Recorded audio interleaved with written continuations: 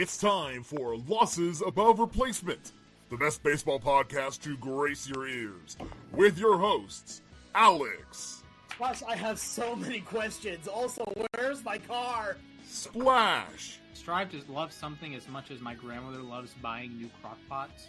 And Mac. If you've ever been to Boston, you know that they have amazing ice cream. Coming to you from coast to coast, it's L-A-R. Kids, you tried your best, and you failed miserably. The lesson is, never try. Well, today we're going to try. To spend a little bit of money today. We made our own free agency acquisition. Not only do we have Mac, Alex, and myself today, we have a special Guardians fan, Arian, from the world-famous AFC North group chat. Arian, how are you doing, my friend? I'm good. How are you guys? Rockin' and rolling. I just got out of driving 2 hours when I was intending to drive maybe 45 minutes. So traffic do in fact be like that. I'd say I'm doing all right.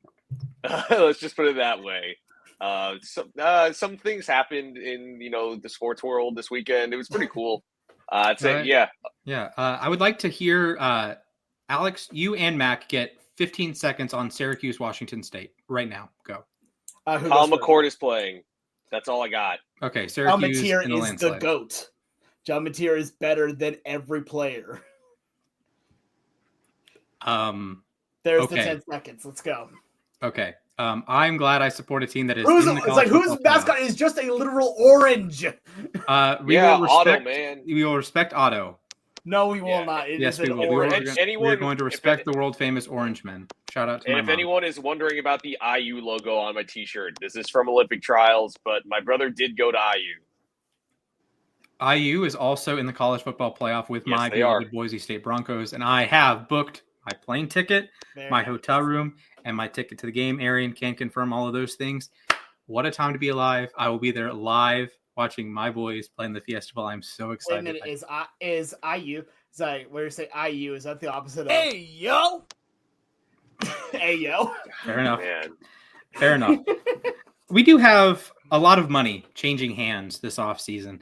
My funny story about this Juan Soto saga was when Steve Cohen said he was running out of houses to host Juan Soto. That was pretty funny. I wish I could run out of houses. Juan Soto reportedly is going to the New York Metropolitans on a 15-year, $765 million contract. You know, numbers above a certain amount don't seem real, don't seem tangible. 765, like say 300. You can think of something like a 300. You can bowl up 300, perfect game. Someone can get 300 strikeouts in a season. Greg Maddux won 300 games.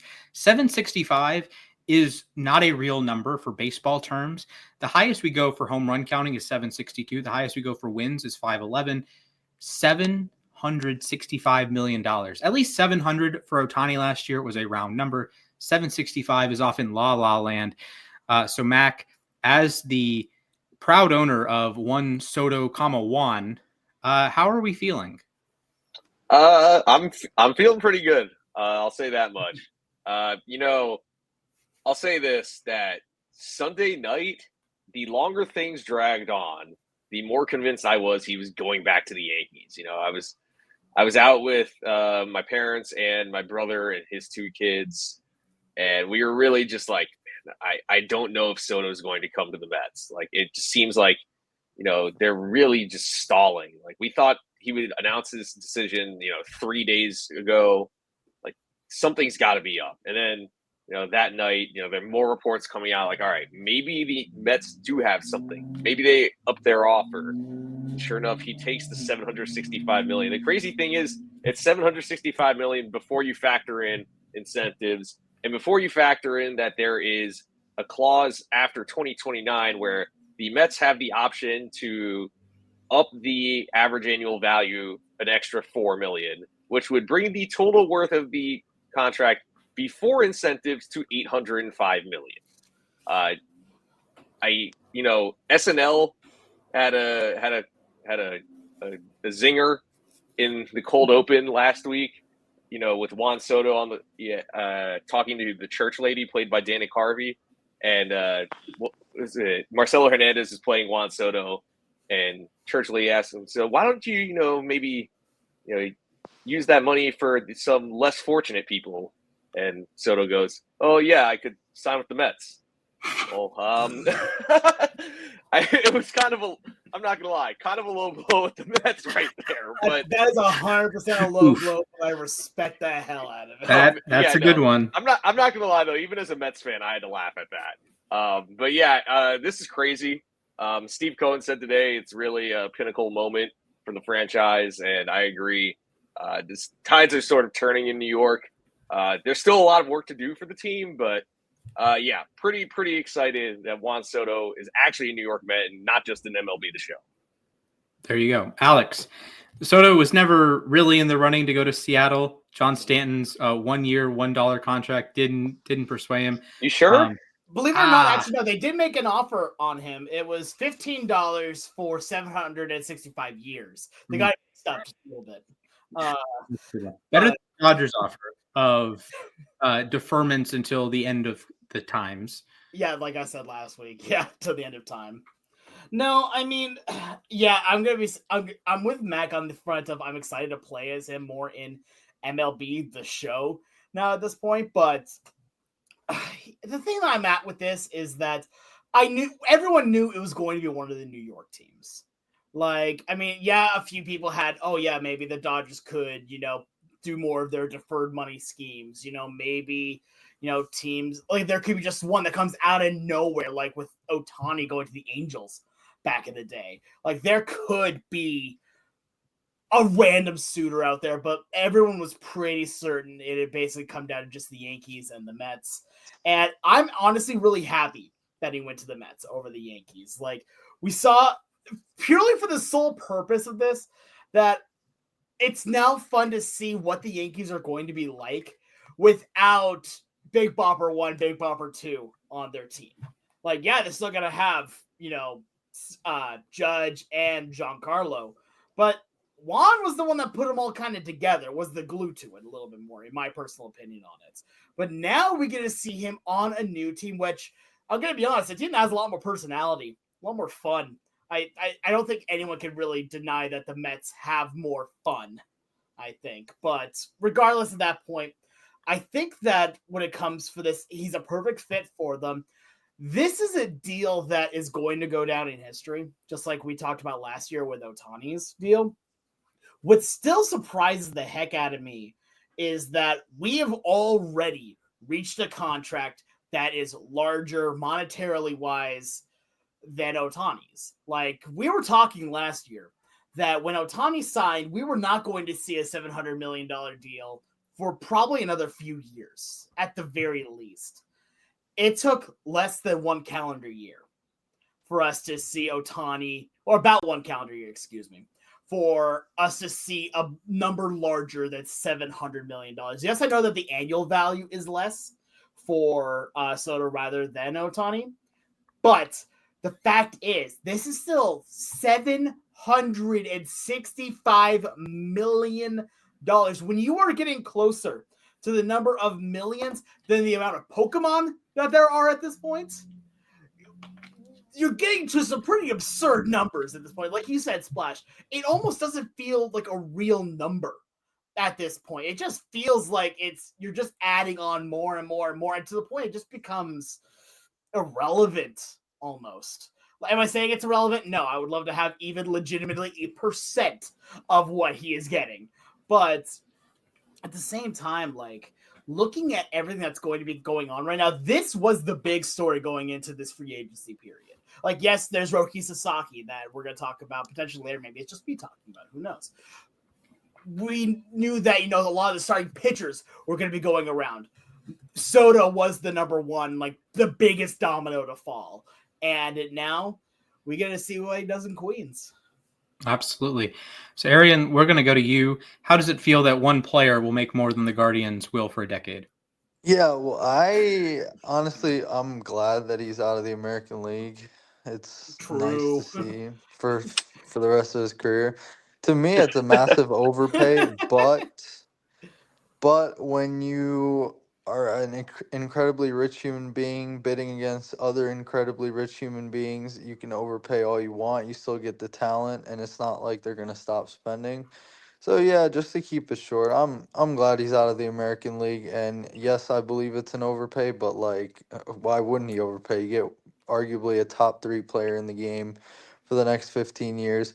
It's interesting though because as we saw last year, he's not that good of a defensive player. So you're basically paying a glorified DH after the next, I don't know, 5 years to just hit. So it'll be interesting to see how it pans out. Also, an interesting fact that we found out today that I kind of laughed at is he gets 500K for his first MVP with them, and then 1 million for every MVP after that. And I was like, they might be paying him zero playing in the same league as Otani. That is a valid point. That is true. Yeah. I like the point you brought up there about the fact that it's a glorified DH, because yeah, that is something that honestly really does hurt the credibility of the deal a bit. Like, yeah, he can play the outfield, but you're not going to have him over a lot of other players that play, right field, left field, whatever. No, he's going to be like, if you put him at DH, that's where he's going to succeed the most, probably.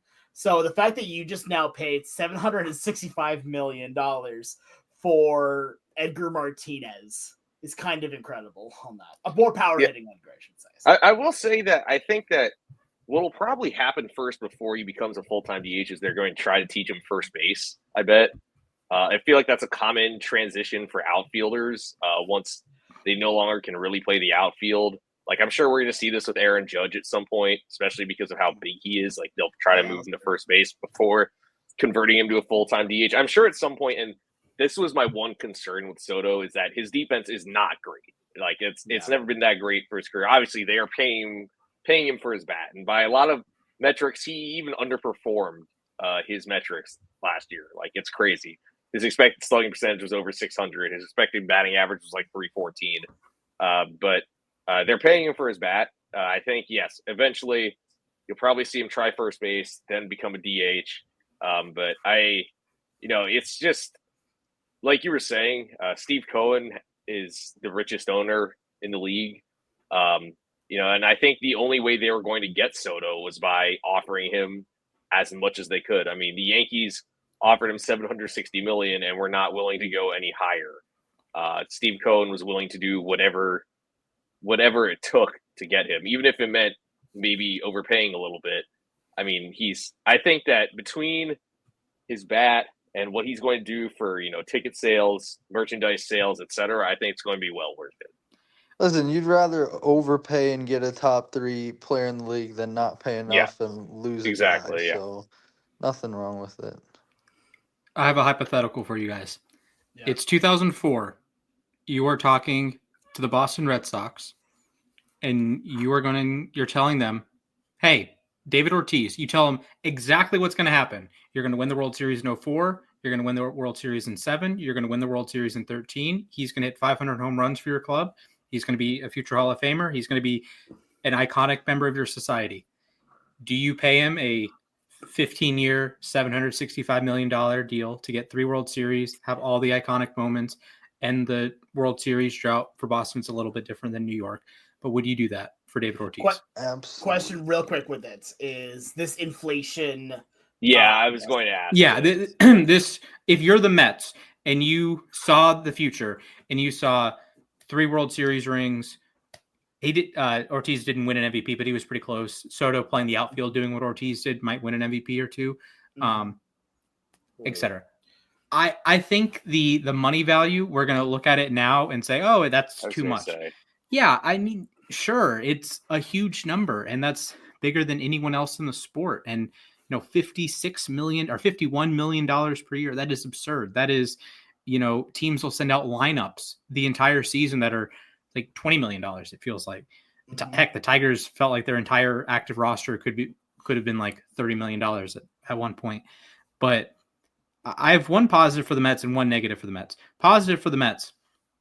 I understand Soto is a one-tool player, right? He's just hitting. I would argue his hitting acumen is the most likely of anyone in the sport to age gracefully. The plate discipline, the contact, and it's not even the power, it's the use of his power. It's not just like all pulled home runs like Didi Gregorius. It's spraying the ball, it's gap to gap power, it's a lot of doubles, it's a lot of homers, of course, but it's the plate discipline. And the only real contemporary for Juan Soto is Ted Williams, and Ted Williams into his 40s was a really, really good hitter. He was still Ted Williams. Now, Soto isn't quite Ted Williams. We'll point that out. Ted Williams, kind of hard to beat Ted Williams. Yeah. So if we're operating on this spectrum, right? We talked about the DHs. Edgar and Ortiz are in the 140s, low 150s OPS plus. Their primes were, their careers ended up being in the 140s. Their primes 150s, right? Soto is at 160. Ted Williams is 180s and 190s. So that's the ballpark we're playing in. If Soto is 160 and he's better than Ortiz and better than Edgar, but not quite as good as Ted Williams, perfectly fine with the steal. And if you're comparing him to, say, Ronald Acuna in the same division, who has a better all-around game, but his profile is more on athleticism and raw power and raw speed, in 10 years, is Ronald stealing 70 bases? No. Can Soto hit 40 home runs and draw 125 walks? Yes. And he's doing that already right now. Acuna can hit 40 home runs now and can walk sometimes now, but is he going to be walking 125 times at age 30? I don't know. I hope so. It'd be great for the Braves. But I do have one negative for the Mets, that I do wonder if Soto is so much of an upgrade, because the lineup was good last year. And I made this point that you ended up having a very deep lineup. It was one of the better lineups in baseball. You have Alonso, Martinez, Lindor, of course, and you got production. Vientos was very good. Alvarez didn't have a great year, but Alvarez is still a bat that I look at and like, he can hit 20 home runs. He's 22, yeah. Yeah, so like that's still a positive bat for me. You know, McNeil won a batting title in recent memory. Brandon Nimmo was awesome.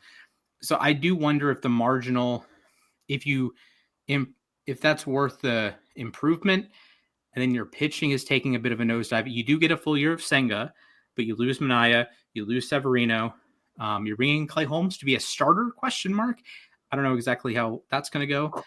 Maybe you get. I'm curious about that. You get a better year from Diaz. I think that you're kind of going about it in the way of how they're currently constructed, but like right after signing Soto. But they're not done yet, so I guess we can't really. That's fair. I guess you can only judge them based on what they have right now.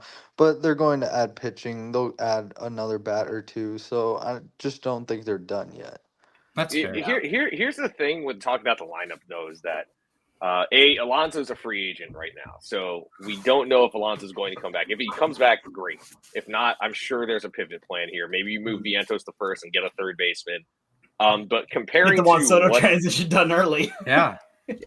But when you look at the rest of the outfield, I mean, Nimmo kind of had an awkward year playing through plantar fasciitis. JD Martinez is not on the team anymore. He had a down year.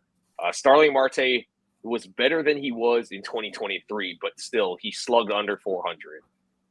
So like I think it's still like a very big upgrade for the offense alone. Like you said, and I mean, they have a ton of work to do with the pitching staff. I mean, right now they have signed Frankie Montas and Clay Holmes. I think both are like perfect, David Stern signings, like guys who are reclamation projects, or, for Holmes, he's trying to be a starter, and worst comes to worst, he becomes a reliever.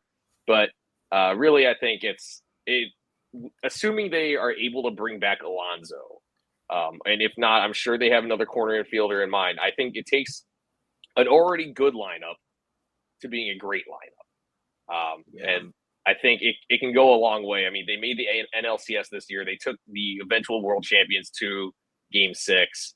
And I'm expecting them to make it far next year. I know that there's no way the Braves are going to underperform the way they did this year. I think the Phillies are going to take a step back. But I'm expecting a combination of the Mets, Phillies, Dodgers, and Braves to battle for the NL pennant this year. So I have a stat before we move on. Of the active leaders in a team's number one free agency contract ever given out and number one extension ever given out, there have been 10 total World Series winners in that group. 5 free agents, 4 extensions. So free agents, David Price, Corey Seager, Matt Holliday, Jason Hayward, and Shohei Ohtani. Extensions, Jose Altuve, Steven Strasburg, Betts won twice, and Buster Posey.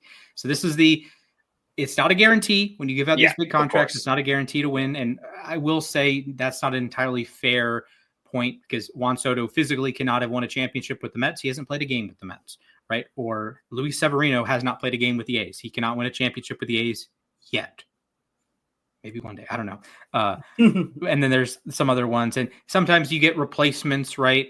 So I don't happen to know off the top of my head who Soto replaces the number one contract, but that player didn't win a championship. But there are other circumstances that, they might have won one and then you replace them. And you haven't seen the full length of the contract yet. But that's the group of people we are operating in. I believe on the list. I can't remember. Off the top of my head, I think it was Brandon Nimmo, or I may have made that up. I know David Wright got like $120-something million extension. I know Scherzer and Verlander had the highest AAV. There was Yoenis Cespedes. So your highest Lindor, duh. Yeah, no, that's an extension. So your highest extension is Lindor. Your highest free agency contract, they didn't. Is it Nip? I think it technically it's Nimmo. But yeah. Okay. Yeah. All right. We are going to move from Lindor's current team to Lindor's former team. The Guardians were making waves, trading all glove, no bat, the opposite of Juan Soto. All glove, no bat, Andres Jimenez to Canada.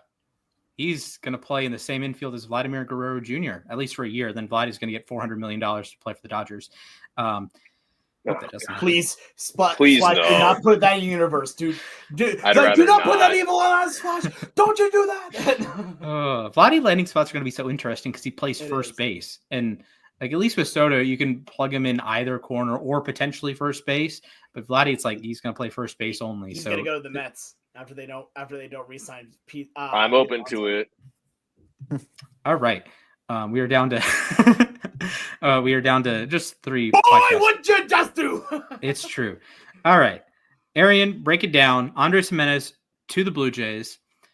The Blue Jays sent Spencer Horwitz back, and now Horwitz is on the Pirates now. It's a whole mess. Break it down for us.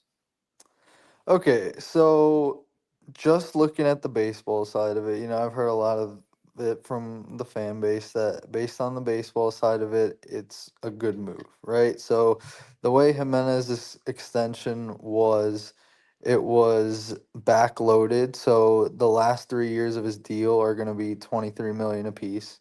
So you get rid of that contract. The problem in my eyes, and we got a good return. We got Pittsburgh's 15th and 17th starter prospect, and then Luis Ortiz, who had good starts at the end of last year. He'll plug in at the bottom end of our rotation this year. The problem I have with this is you're trading a guy from your core where most teams around the league, this wouldn't be a terrible contract for, but everyone knows Cleveland doesn't spend, so it's a terrible contract for us. The problem is that the money they cleared up over $90 million over the next 5 years, but they're not going to spend any of it just based on the past. So if you're going to make a deal like this, it would make so much sense. Okay, you got Juan Brito, who's one of our top hitting prospects. He'll slide in right at second base. And then you got Bazana coming up in 2 years probably to play second. And Rocchio had a great October, so he'll start at short. So any normal team, you make this move. Oh, well, we cleared up $90 million over the next 5 years. Well, here comes trades for bats, or here comes a free agent signing like Santander or a big outfield bat. But a team like us, our next move is probably going to be trading Josh Naylor. And I've heard from people that that's all but done at this point. So you're losing 2 core pieces from an ALCS run. And I guess to put it in one sentence, it's basically, I don't understand the vision, because you were 3 games away from a World Series and the team that you lost to lost their best player.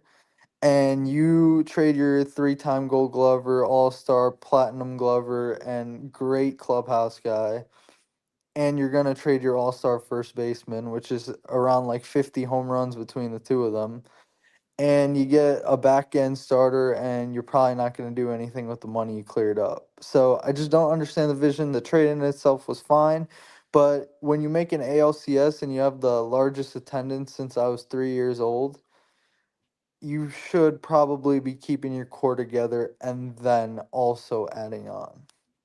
So I want to say kind of on that, right? I 100% agree. Like, if you make a run like that, it's not pure luck that you make it that far. You've got skills. You've got players that can help you get there. Here, however, with that being said, I'll play a little devil's advocate here.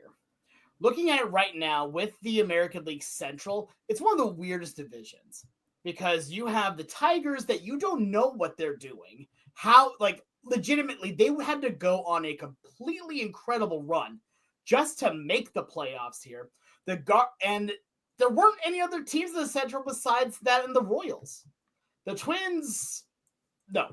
The Royals are getting better, and Bobby Witt Jr., if he continues to have generational years, they're going to continue to find themselves in the playoffs here. And on top of it as well, this MLB playoffs, so we all kind of agree, was one of the funkiest ones from the word go here, from especially with thank everything, with the Astros getting eliminated in round one, which again, I was very happy about. I will not hide that fact.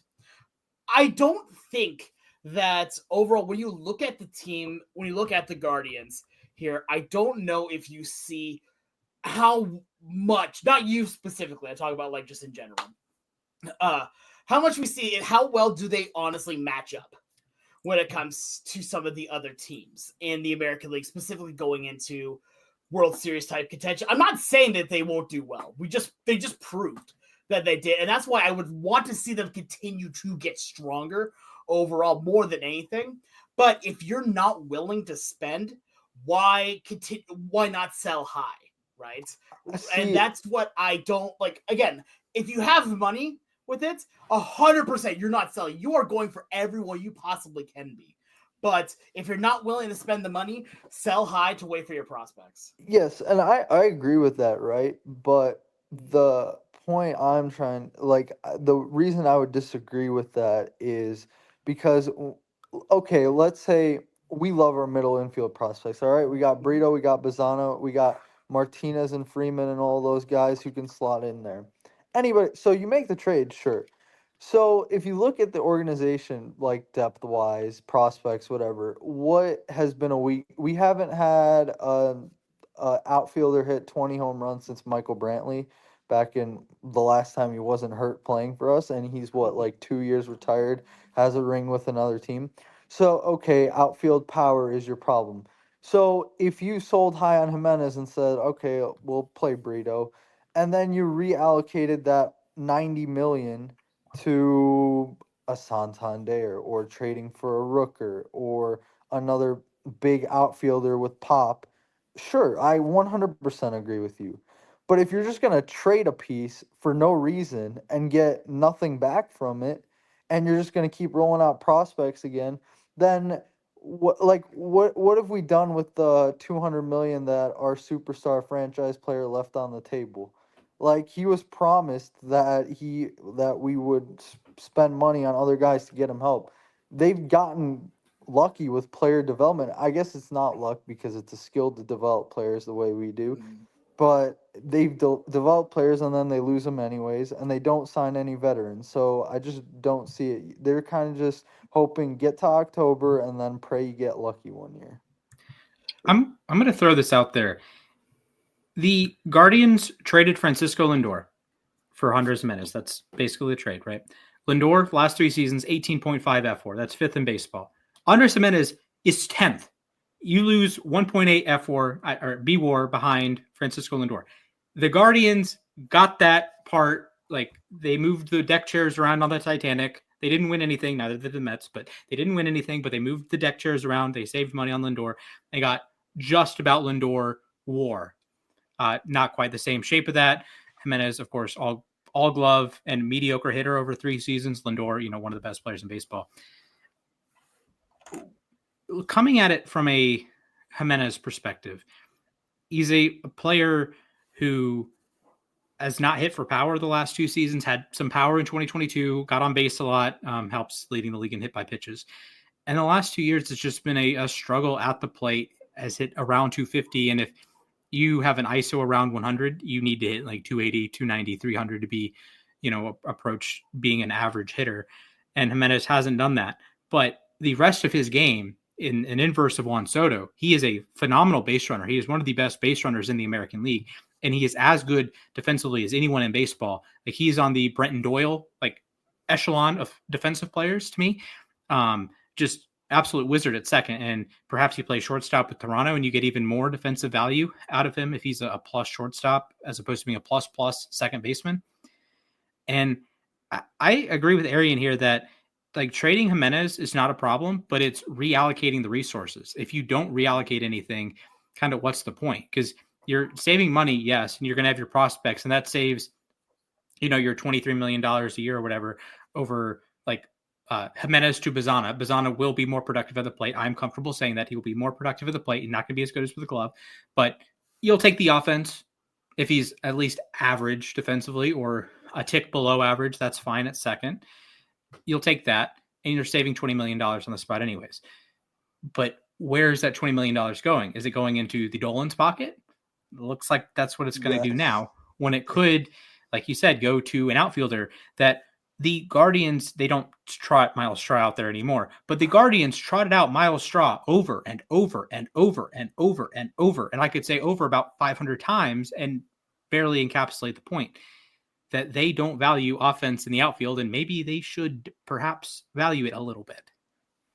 Yeah, one thing I do want to add on. Yeah, I want to add on really quick with it. Go is ahead. that the point when I was like, doing what I was saying here is that it's not that you just sell and do nothing with it. My point was that if you do sell, you're saving money for building up furthermore. So then you have that money carrying over. It's not just this money just kind of disappears.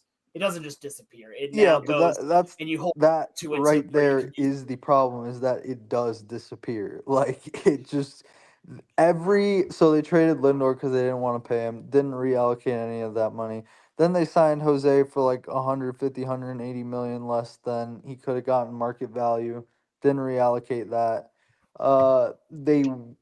They traded their biggest transaction in the past, like 5 years, in Josh Bell for Gene Segura, who got $7 million to sit on a yacht in Miami. So I was gonna say he didn't play a single game for the Guardians. Yeah, he didn't even step foot in Cleveland, let alone play a single game. I mean, it's just here's the thing: is that I had concerns about Jimenez's bat.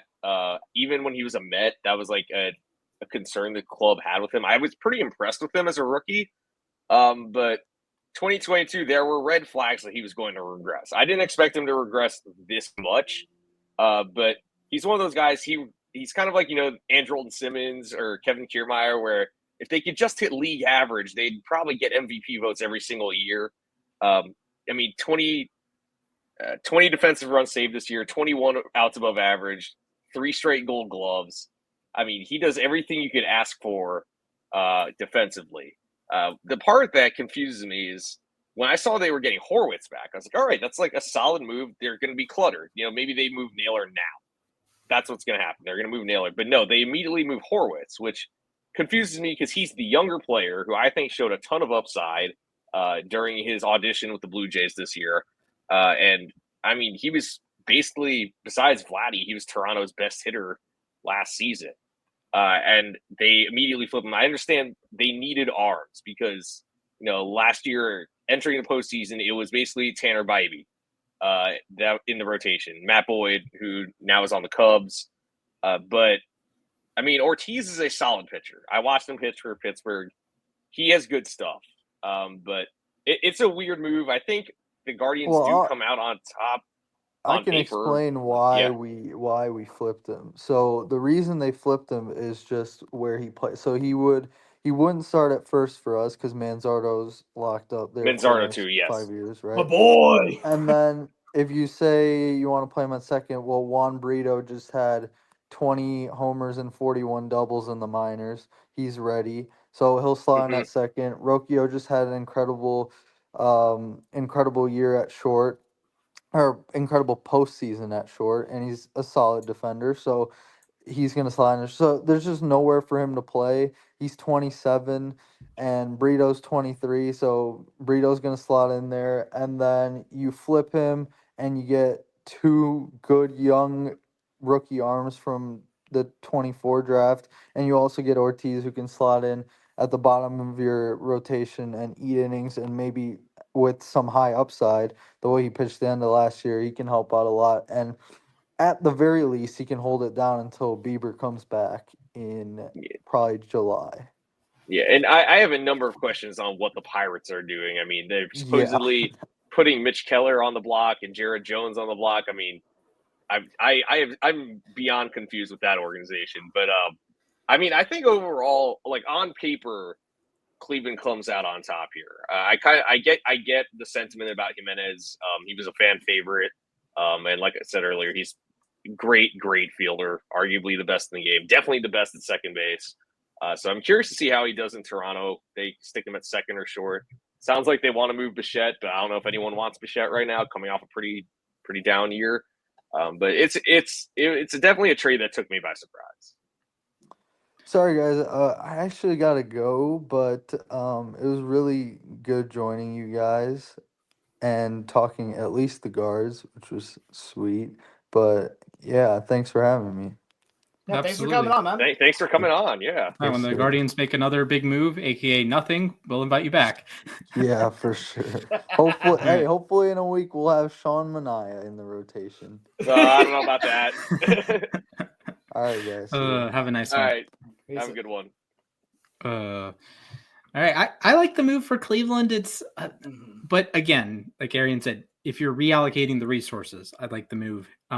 Outfield, can we get a bat? Right? You're wanting to trade Naylor. Okay, fabulous. You have a Naylor replacement. Can we get a bat?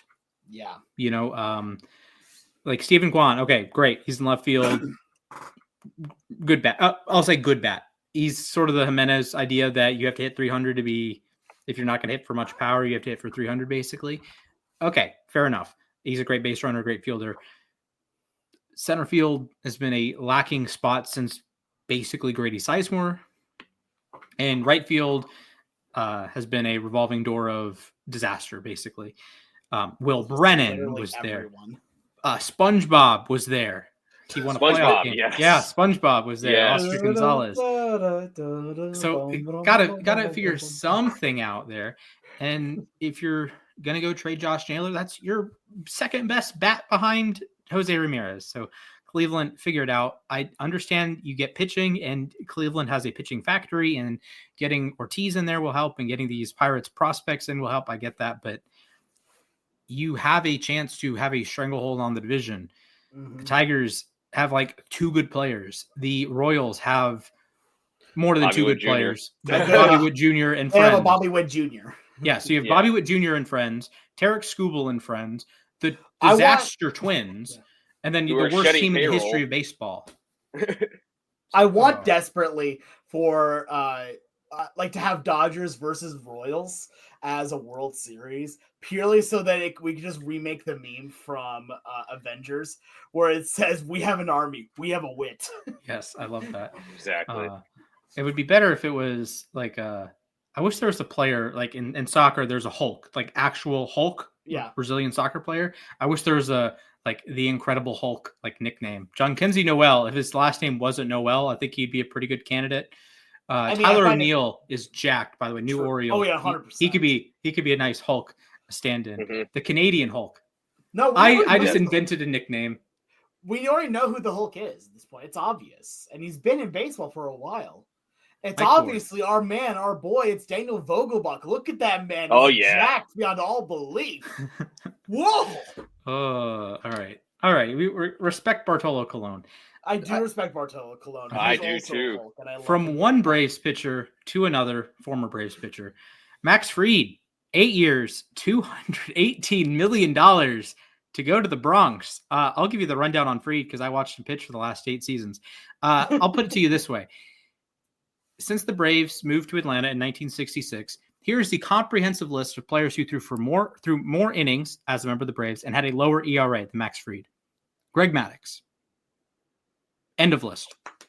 That's it. That's it. So you do innings requirement and ERA requirement. It's 1 Maddux, 2 Fried. Great.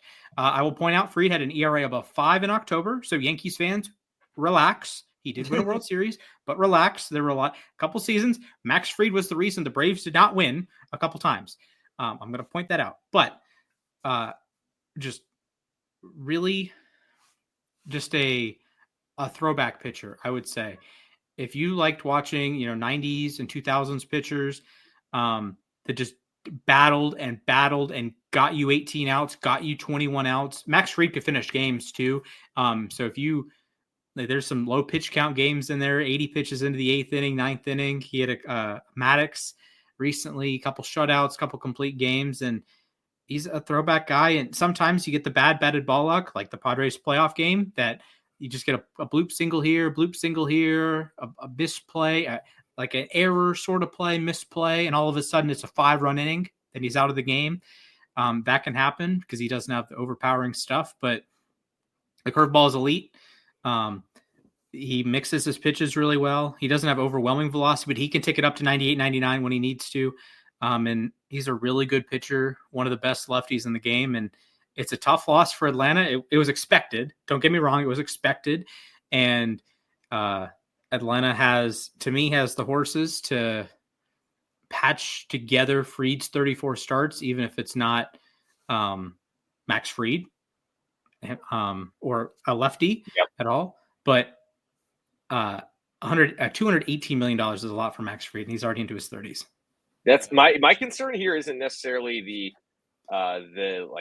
I think the AAV is fine, especially considering Nate Eovaldi just got $75 million over 3 years. That's $25 million AAV.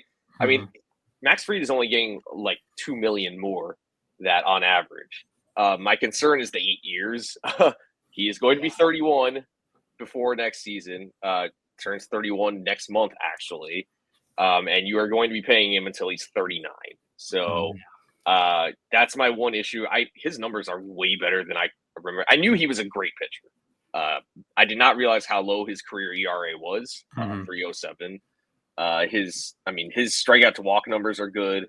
He's overall just a very good pitcher. Like you were saying, he's a throwback. And he doesn't necessarily blow you away with, 100 miles per hour, but he'll miss bats. He'll get ground balls. He's just a good overall pitcher. I think, the Yankees are going to have to move someone. Stroman, Cortez. Yeah. For some reason, they're talking about moving Luis Gil for Kyle Tucker. I just don't think that's going to happen. But, it's a solid get for the Yanks, and I guess it's a decent way to bounce back from losing Soto. Mm-hmm. Yeah, my first thought when I saw this deal was this is a panic move by the Yankees.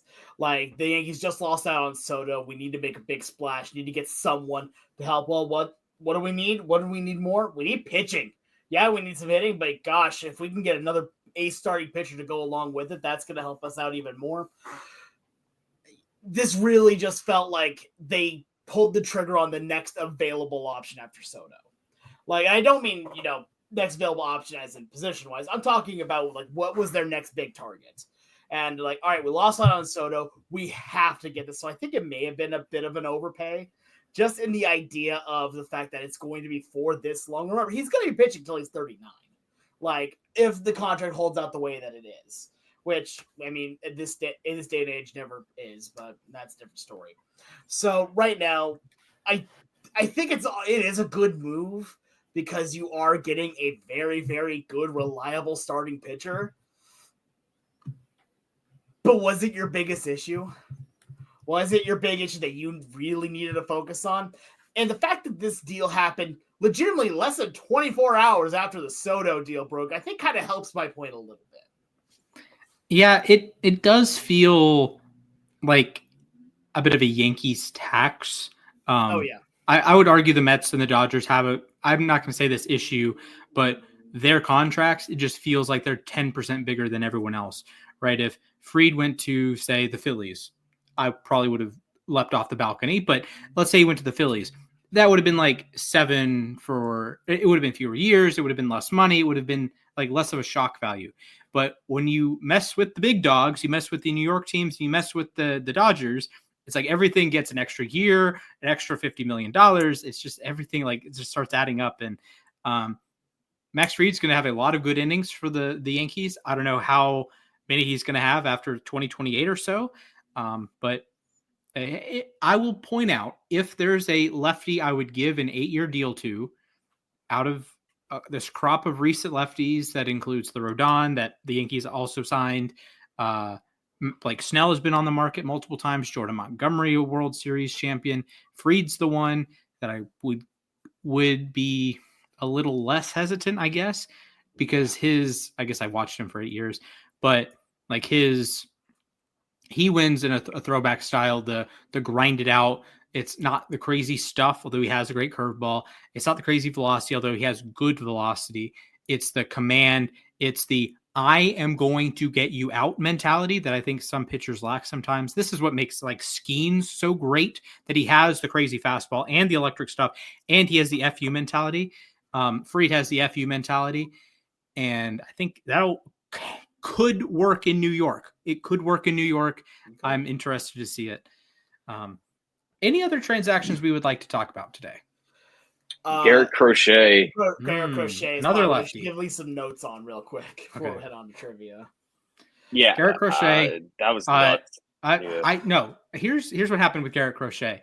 He was doing laundry and he left one of his red shirts in with his socks. I was about to say, yeah. Yeah, wow, so, yeah. He just has a bunch of red socks now. Red, yeah. So that must be that would be really annoying if you were like a White Sox in like ye olden times. And I guess you didn't have washer and dryers like that, but you accidentally spill ketchup on your White Sox. It's like, oh no, I got to go to Boston now. Exactly. That's how it works. Yeah, that's exactly how it works. That's how it be. That's why no one has ketchup anywhere. Yeah, that's why neither team won a World Series for 80 years, because no one wore socks, because they didn't want to go back and forth between Chicago and Boston every time they washed their socks.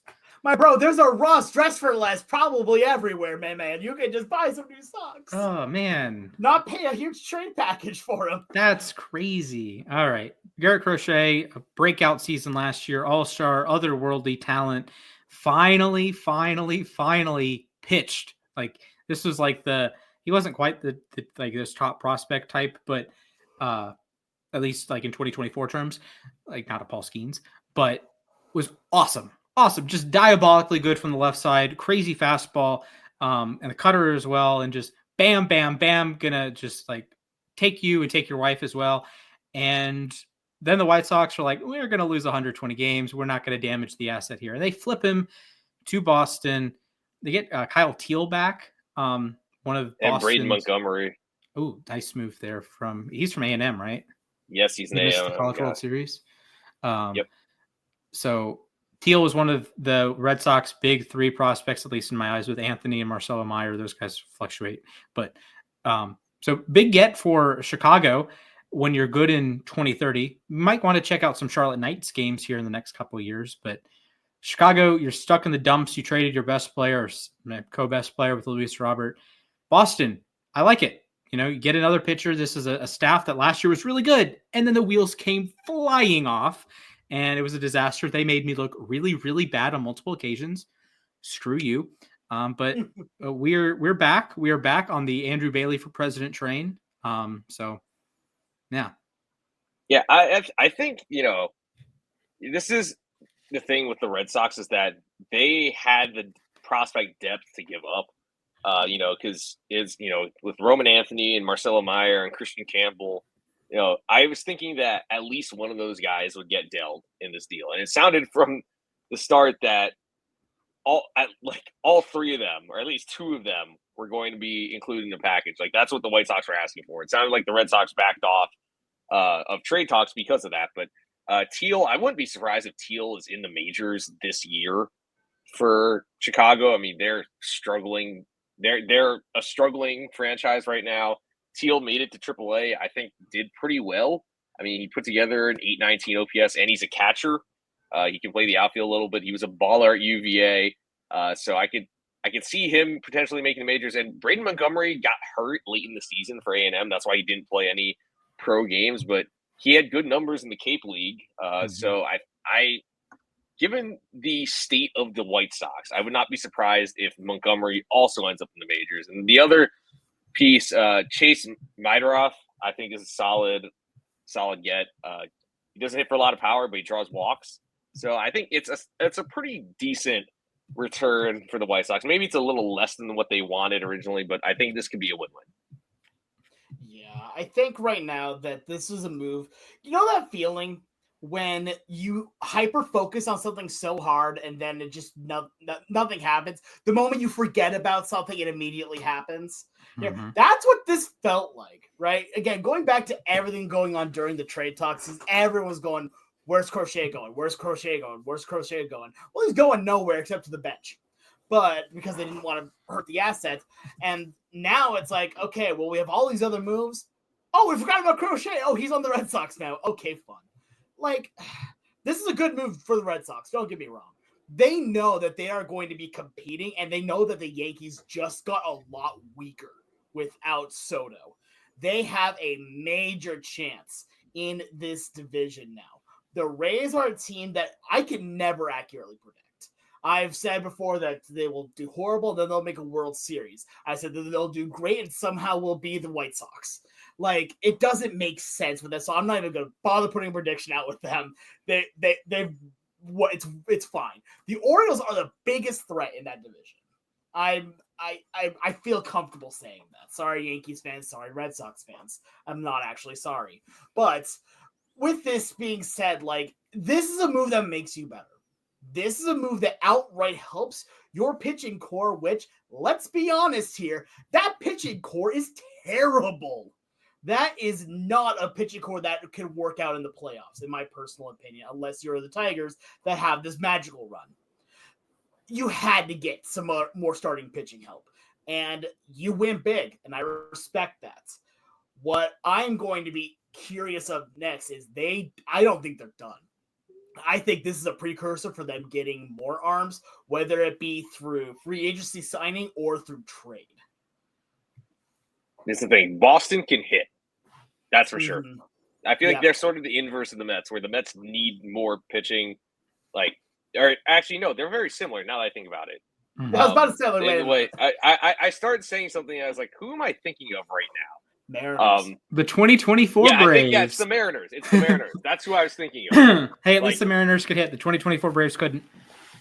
But, you know what I mean? That's why I think the Red Sox and Mariners are, a perfect match for a trade, because the Red Sox have the bats that the Mariners could use. The Mariners have the arms the Red Sox could use. The Red Sox could easily contend if they even put together a half-decent rotation.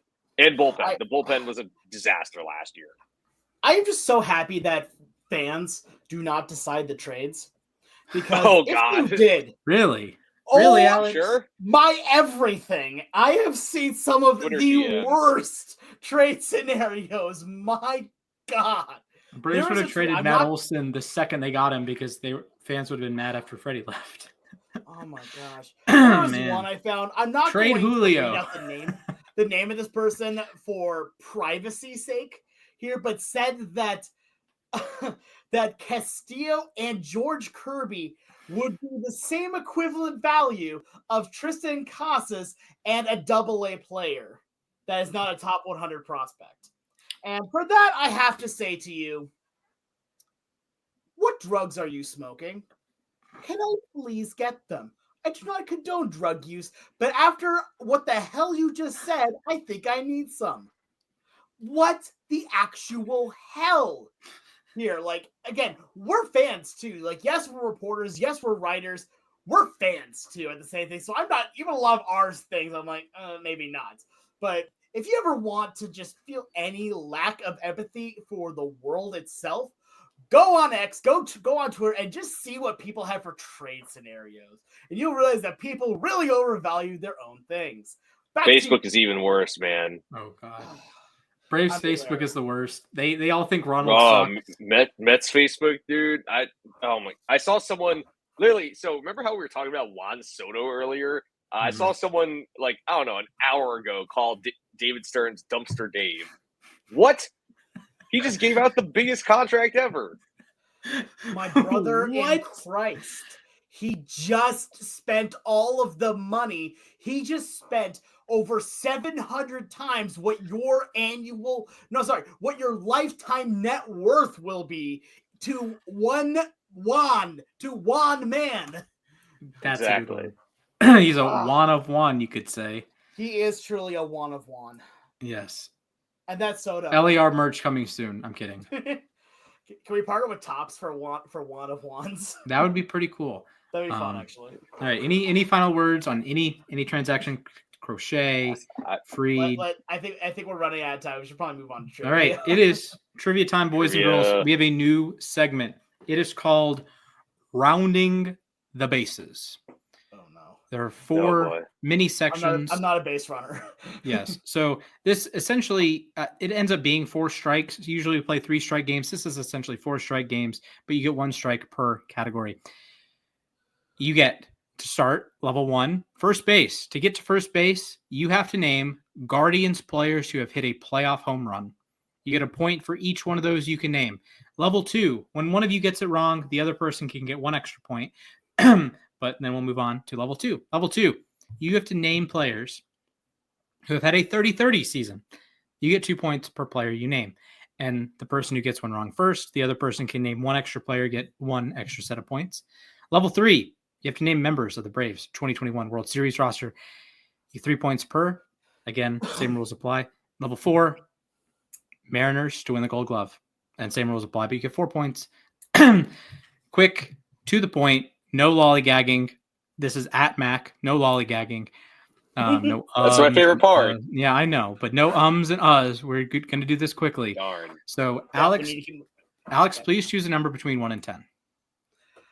6. Mac, please choose a number between 1 and 10. 4. The answer is 6. Yes. Alex, okay, you go first. Please name a Guardian to homer in the postseason. What was it? Oscar Gonzalez SpongeBob? Was that his name? Yes, Oscar Gonzalez is correct. Mac. Stephen Kwan. Stephen Kwan, welcome to the Quantum Realm, is correct. Alex. J-Ram.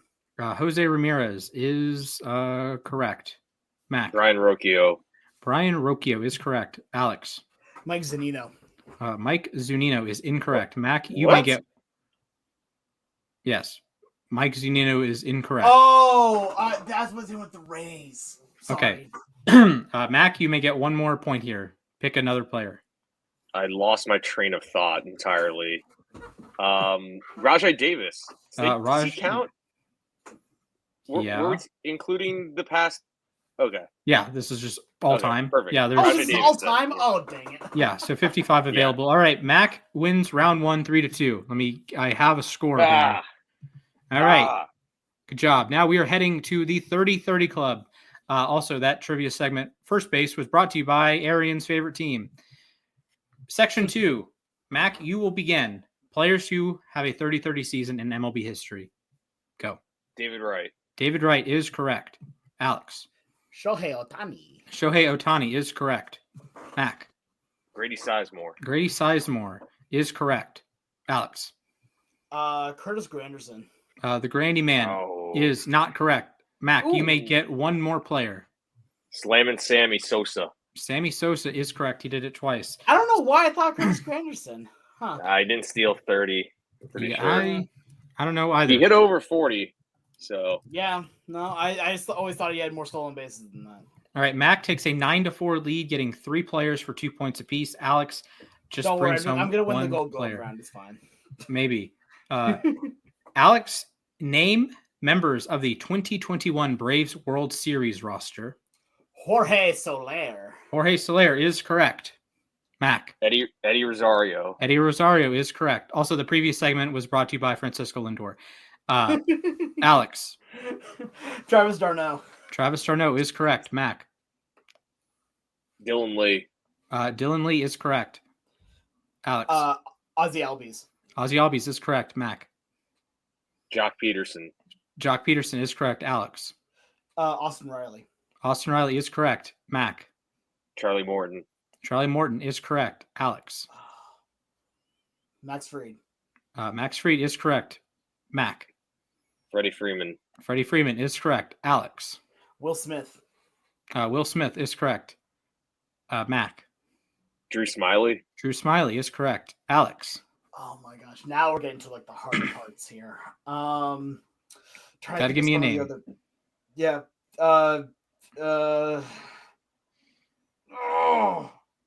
3 seconds. Yeah. Someone. Strider, not a player on the World Series. I couldn't think of one. All right, Mac, you can get one more player for 3 more points. Kyle Wright.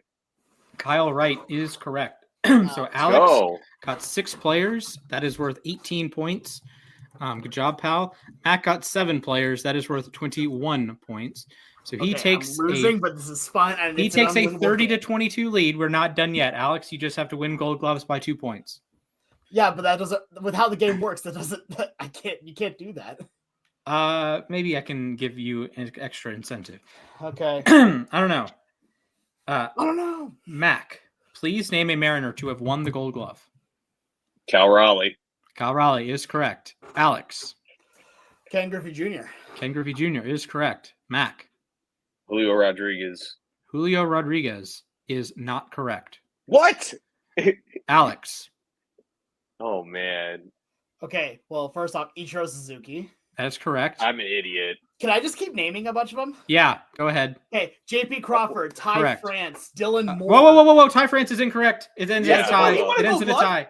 It ends in a tie. No, I will challenge you on Ty France has won a Gold Glove with the Mariners. The MLB.com says no. Hang on. Wait a minute. No, I remember the year that he won it too. Ty France has never won a Gold Glove. Ty France. I just Baseball What are we references talking no. about? I know who you're thinking of, I think. And I realize I should have said him. It's Evan White. the GOAT. Oh my God, you're right. It is Evan White. I am declaring this a tie because of Alex's incompetence. What do you mean it's a tie? Because he got one extra, you got one player, he got one player. He got 3 players. He named. Oh, okay, that's fine. You got Raleigh, he got Crawford, Ichiro, Griffey, and then he says, "Oh, we're gonna go with Ty France." It's like you bottled it, man. You had it right there. Yeah, all you had to name was one more. I realized neither of us named Mike Cameron either. Yes. And, also, the for the 2021 Braves, the impetus was Abraham Almonte. Actually, he was not on the active roster, but he did play for all 4 of our teams. And for this one, the impetus was death to flying things, Franklin Gutierrez. But Mariners Gold Gloves, Dylan Moore, Kyle Raleigh, J.P. Crawford, Evan White, Mike Leake, Kyle Seager, Franklin Gutierrez. Mike Leake? Yes. Ichiro, Adrian Beltre, Brett Boone, Mike Cameron, John Olerud, Ken Griffey Jr., Jay Buhner, Omar Vizquel, Harold Reynolds, and Mark Langston. Mark Langston won a Gold Glove for the Mariners? Wow. Not only one, but twice, actually. What? Yeah. Okay, well, the more you know, I guess. Julio has won 2 Silver Sluggers. So I got the Silver Sluggers and Gold Gloves mixed up. That's what it was. Mm-hmm. Yeah, because for some reason unfortunately, I thought he won it. He did not beat out. So embarrassed. Who? Kiermaier? Did Kiermaier win it this year? No, I don't think so. Who did win? What's funny is I had a whole bunch of names right after that ready to go. I had Franklin Gutierrez, Kyle Seager ready to go, but I was so confident in Ty France because let me tell you why I was so confident. Right? That's crazy. It was the same year that J.P. Crawford and Evan White got it here because there was a quote from Kyle Seager that said, "Yeah, I kind of lowered my reach a little bit just to let J.P. do well, and then I made my throws a little lower to make Evan White look better." Although I substituted Evan White for Ty France because that's crazy. Well, my friend, that is what we call a choke job. So also shout out to Carlos Santana. Love that man. All right. I feel like he's gonna be a Mariner again soon. So please be a Mariner again. I want to see it. We have a tie. I'm not giving you a tiebreaker. Alex, you had your shot, you missed it. So good job, fellas. 34-34. That was fun. Let's do Yeah. that again sometime. Yeah, I like the more rapid stuff because sometimes you get Yeah, I that was will fun. call myself out and I get bogged down thinking about things. So I like the rapid fire stuff. We are now going to move on to everyone's favorite segment, besides my therapist, our time to ourselves. Who would like to go first? Alex, you may go first. All right, someone count me down while I'm recovering from my own stupidity. Sure thing. All right, 3, 2, 1. All right. I want Roki Sasaki in Seattle so desperately bad. Like, I understand we have enough pitching. You can never have enough starting pitching. And also, Roki Sasaki is Roki Sasaki. So, what I would like to use my moment for myself on is with this candle. I would like to light a candle purely as a hope and tribute for Roki Sasaki to please become a Seattle Mariner. Roki, we have been pitching to you for a very long time. The pitch has been worked on for years and years. We have Ichiro, who is about to be a unanimous Hall of Famer, be telling you to play for Seattle. You would get to work directly with Ichiro Suzuki. Please become a Mariner.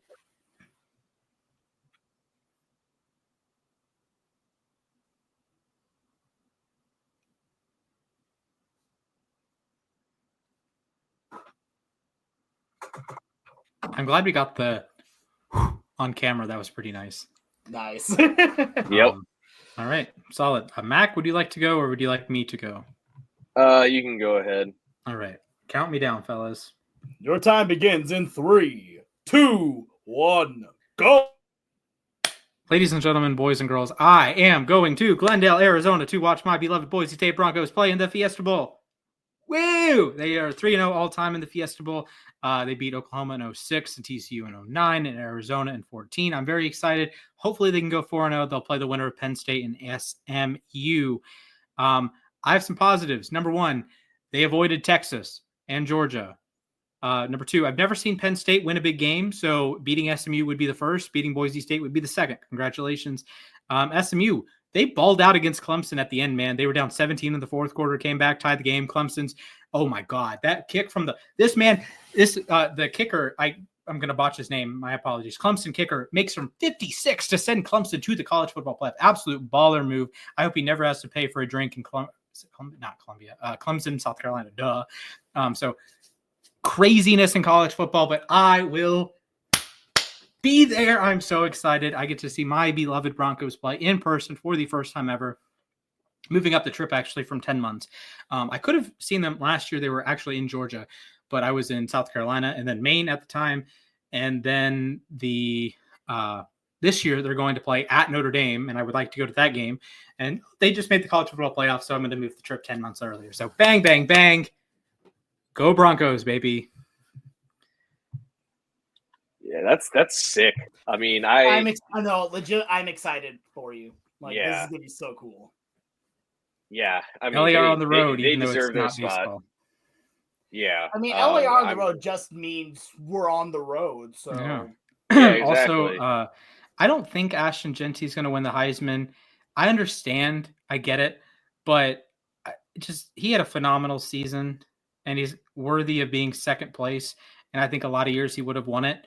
Some years. It depends on who the dominant quarterback is. Like if it was 2010, Cam obviously wins it. Or 2014 Mariota, 2013 Jameis, 2019 Burrow. There's some obvious quarterback, Lamar in 2016, obvious quarterback years, but Genty was just unbelievable. And I do think he was the best player in college football. I know Hunter played both ways, but I don't think there was a player more influential on wins and losses than Ashton Genty was this year. And I know Boise State has the pedigree of being like the mid-major powerhouse, and they won the Mountain West last year, but they only went 8-6. I get it. They have they do this every year. They get the best recruits in the conference. They're always the best team in the conference. But this Boise State team is not on the caliber of the last like 10 years since their last Fiesta Bowl, and it's not on the caliber of those teams that won the Fiesta Bowls. This is very much a like a one. This is like Steph Curry Davidson stuff, and it's hard to do in football. But Ashton Genty is that transformative of a talent that 8-man boxes, 9-man boxes, and it's still the best option is to hand it off to Genty because you don't trust Maddox, Madsen, and this receiver core. It's a good defense. I will admit, good defense, a young offensive line, and it's a shame Genty's not going to come back for a senior season, but I think he's the best player in college football, and I would vote for him for Heisman with Hunter being a very close second, but I understand that Travis is going to win. Honestly, Mac? I'm excited. I'm excited to see what he does in the NFL. I think he's going to ball out. At least until he goes to the Cowboys and they run him into the ground. I just hope he doesn't go to Pittsburgh, Cleveland, Cincinnati. Then I'll buy his jersey and we'll be all good. All right, Mac, all right. Your time, buddy. All right. Someone 3, down. 2, 1. So as we've said a lot today, Juan Soto is a Met. I would like to point out that I think we are finally sensing a shift here. Yankee fans have always been calling the Mets little brothers. Hal Steinbrenner does not operate the way his dad did. And Steve Cohen is willing to spend, which is nice. For anyone who's saying, oh, man, the Mets overpaid, yada, yada, yada. I understand maybe they did overpay, but this is a team that started Dylan G on opening day when I was in 8th grade. Okay. Colin Cowgill started in center field on opening day. Yes, he had a grand slam that day, but we so many years of mediocrity and not willing to spend. I remember the quote about not wanting to sign Manny Machado because that'd mean 2 $30 million players on the payroll. The other one being Yoenis Cespedes, who was injured. So this is just huge for the franchise, for the city. I'm just really excited to be watching Juan Soto next year. Really excited to see the team next year. I'm planning on going to games, obviously. Maybe I'll go to home opener. But this is just huge. It's really, really exciting to even think about it. It still doesn't even feel real. I'll watch the press conference tomorrow. I'm sure it still won't even feel real. But yeah, it's crazy. I'd say at this point, it's more exciting to be a Met fan than it is to be a Yankee fan. And it's weird saying that because most years it's not the case. And I'm sure there's still more Yankee fans in New York than Mets fans, but Mets fans are no longer embarrassed to show themselves. So yeah, this is going to be crazy. And who knows what 2025 has in store, but opening day can't arrive soon enough. Absolutely. I'm going to point out, I think it's going to be a fun NL East again. Mm-hmm. Yeah. Can Washington do something? Like, can they sign Corbin Burns or something and make it an even more fun division? No, but they can have the first overall pick. Oh, that is a valid point. Congratulations, Nationals. Number 1 pick. Ethan Holiday? Yes. Ethan Holiday. Yep. All right. No, please let him fall to number 3 so that my Mariners get taken because I don't know how we got the 3rd overall pick. Well, then, okay, here's the thing. If Ethan goes to Washington, then when he gets to the majors in 2 or 3 seasons, then you'll have the Beltway boys, Jackson in Baltimore, exactly. And Ethan in DC. True. So, all right. Any final words before we wrap it up? Juan Soto's a New York Met. Darn. I wish that was a fever dream. I had some really weird dreams. I'm not going to delve into it. I had some weird dreams. I have a dream that you will follow us on Twitter. Elon banned a bunch of accounts, so our Twitter following account went down. So raise that back up, please. You can follow us on Instagram at @LAR_baseball. That's where we are on Twitter as well. You can check out our YouTube page. Drop a like, drop a comment. Tell us what video we should do next.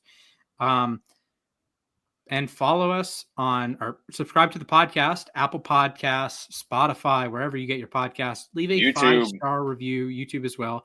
And tell a friend. Tell your mailman, tell your grocery store clerk, say, hey, I listen to this cool baseball podcast. These guys kind of know what they're talking about sometimes. And maybe give them a listen. Maybe you come for the food talk. Maybe you don't care about baseball. Some of my friends don't care about baseball at all, but they like when Alex says, when Alex gives his food takes, or when Matt gives his food takes, or when I go on about. If anyone likes when I give my food takes, there's an issue. Yes, that is a valid point. You have the worst. Actually, I'd take that back. Do you like pineapple, Alex? I like the taste. I can't eat it because it hurts my mouth to eat. Okay, valid. Mac, do you like pineapple? I ate pineapple earlier tonight. Nice. Okay, this is another reason why we cannot be like friends. The Mets and the Braves, the Ravens and the Steelers, liking Exactly. pineapple, not liking pineapple. It's a shame. I feel like it's funny at this point because we have the Mets fan, we have the Braves fan, and then there's just the Mariner fan that's kind of the glue holding this together. Yes. The glue. Okay. Anyways, subscribe to the podcast, tell a friend, tell your mailman. We will see you in a few days. Peace out. Go to therapy. Hi, Jeff.